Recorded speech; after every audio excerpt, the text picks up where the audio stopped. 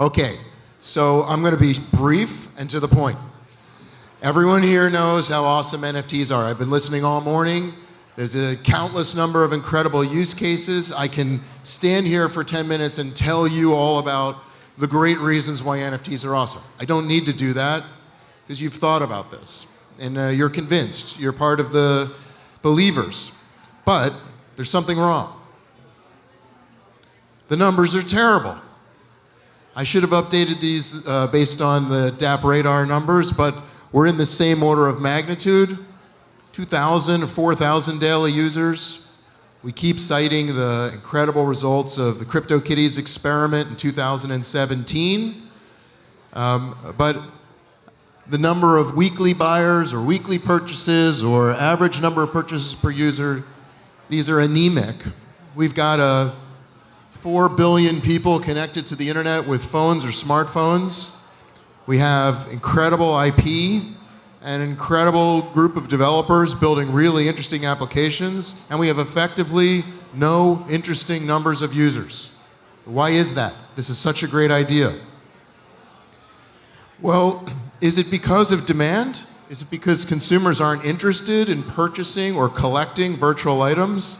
Well, definitely not, because the proxy for this is virtual sales in video games, which are through the roof. Some people estimate it to be a $50 billion market. So we know people are interested in buying virtual items. We also know that people collect. It's like a human purpose. Something like 40% of us at some point in our lives collect stamps or antiques or shoes or baseball cards or Pokemon cards or art. So we know humans like to collect, and we know that virtual item sales are fantastic. So it's not a demand.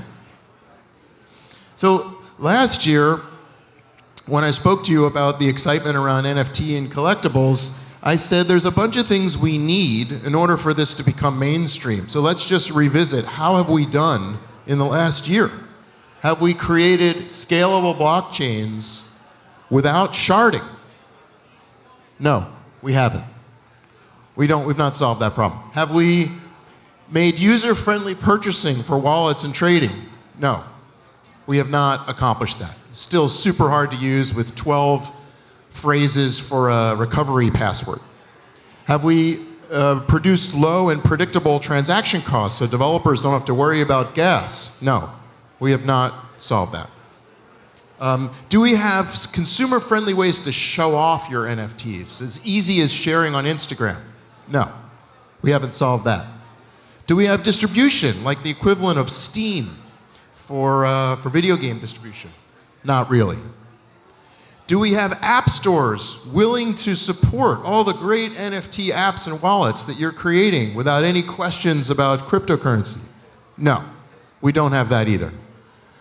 Do we have developers willing to build stuff? Yes. That's a big green check mark. Yes. Okay. So we've got one thing. So you can see the challenges in the infrastructure that exists today for this to turn mainstream, we haven't solved in the last year.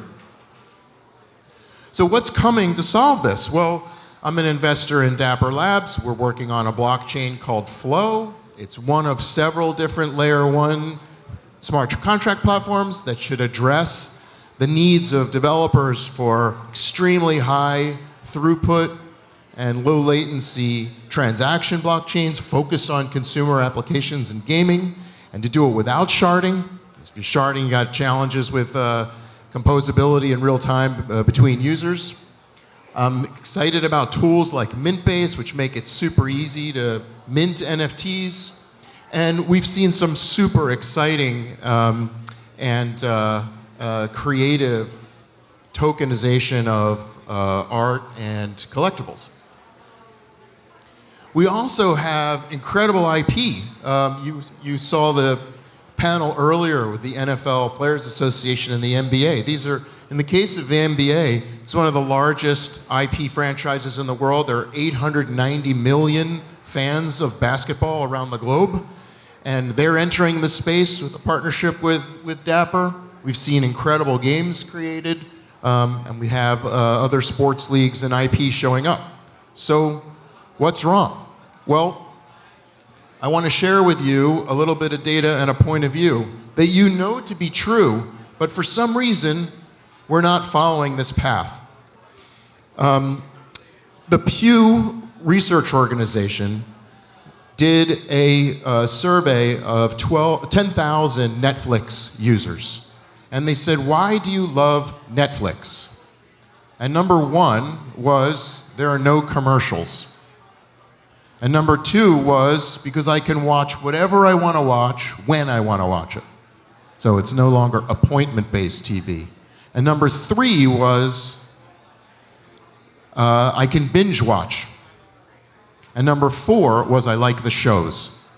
So what does that tell you? The three reasons that Netflix is the most popular consumer subscription service in the world is because it undoes all of the mistakes of television. It takes away all of the pain points of linear TV. It gives you more. And we keep making the mistake, I think, in launching blockchain-based games and consumer apps of giving you less. It's slower and more complicated. And the benefits are unclear. So we have to be speaking to consumers about benefits and making things better, not worse, than Web 2. We did a bunch of testing on language that many of us use when describing NFT-based dApp offerings. We use things like blockchain game, crypto collectible, wallets, keys. These tested terribly with mainstream consumers. Now the crypto guys get it, but the crypto guys are small compared to the 3 or 4 billion people on the internet. And when we removed these words and talked about NFT type games or collectibles, but we didn't use any of the language, we had a 350% lift in interest. So we got to stop using blockchain language if we're trying to recruit mainstream consumers to come over across the chasm. It really suggests a very different approach. So many of us have been using wallets for years, or understand custody, or know how to deal with hardware, key storage, and recovery phrases, but these are not mainstream activities. In fact, I would argue with you, we need to do away with all of them, and we need to find paths to the consumer that resemble the Web 2 onboarding experience of username and password, and hide these phrases like, enter your 12-phrase key recovery. This is probably the most critical piece of advice, yet you know all this. You know that it's hard to do blockchain-based activities, but this, I'm convinced, is what is holding back consumers jumping in. So many of you have built really credible and interesting dApps, but even the concept of dApps is a foreign concept. Decentralization is not a consumer want. Now, I'm a zealot like you are, and I believe that Web 3 can be a much better, pure experience that undoes some of the network effect advantages that the giants have. And I believe that users should be in possession of their data and be able to provision it to apps and pull it back. And I believe that apps should not be able to take advantage of the attention business models that they've been granted rights to do. But we're never going to get to that world unless we approach this the way we already know how to do with Web 2. So I'm hopeful that you'll think of this way. The last point I wanted to make, so this is the summary of that. Mainstream IP plus simple UX onboarding plus traditional consumer benefit. I think this is our recipe. The last point I'm going to make to you is speculation good or bad in the space? Many of us say, it's so great that the speculators are here, but we're not building for the speculators. We're building for the mainstream users. But with full credit to Tom Lee of Fundstrat, who taught me this, speculation is the killer app by volume for every token or currency in the world. Here's the numbers.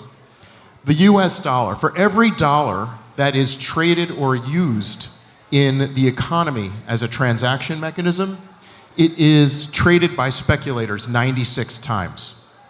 And for every barrel of oil that is burned in use of transportation, it's traded 31 times.